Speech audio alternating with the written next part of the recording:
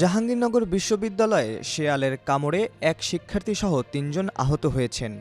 রোববার ১৭ নভেম্বর দিবাগত রাতে ক্যাম্পাসের পৃথক এলাকায় শেয়ালের আক্রমণের শিকার হন তারা। সবাইকে বিশ্ববিদ্যালয়ের চিকিৎসা কেন্দ্রে প্রাথমিক চিকিৎসা দেওয়া হয়েছে।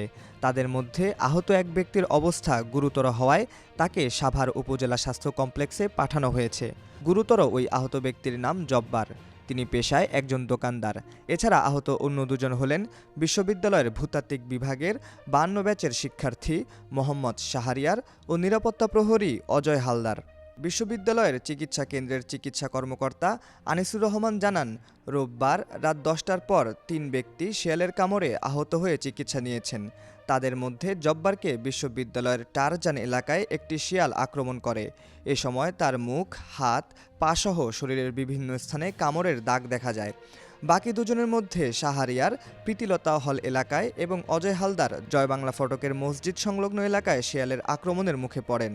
আহত অবস্থায় অজয় হালদার জানান, তারা ৩ জন রাত ১০টার দিকে ওই এলাকা দিয়ে হেঁটে যাচ্ছিলেন। হঠাৎ একটি শিয়াল জঙ্গল থেকে বেরিয়ে তার পায়ে কামড় বসায়। তখন আঘাত করলে আবার জঙ্গলে চলে যায় বন্যপ্রাণীটি। ধারণা করা হচ্ছে র্যাবিসে আক্রান্ত একটি শিয়াল ওই ৩ ব্যক্তিকে কামড় দিয়েছে। বিশ্ববিদ্যালয়ের প্রাণীবিদ্যা বিভাগের অধ্যাপক কামরুল হাসান বলেন, শিয়ালটি সম্ভবত র্যাবিসে আক্রান্ত, এ কারণে পাগলাটে আচরণ করছে। এখন সামনে যাকে পাবে তাকেই সে কামড়াবে।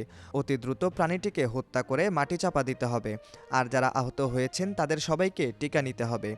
Deep ecology and snake conservation foundation জাবি শাখার সাধারণ সম্পাদক সৈয়দ অনন্যা ফারিয়া বলেন, বিশ্ববিদ্যালয় এলাকায় একটি শিয়াল নিয়ে আতঙ্ক ছড়ানোর খবর বেরিয়েছে।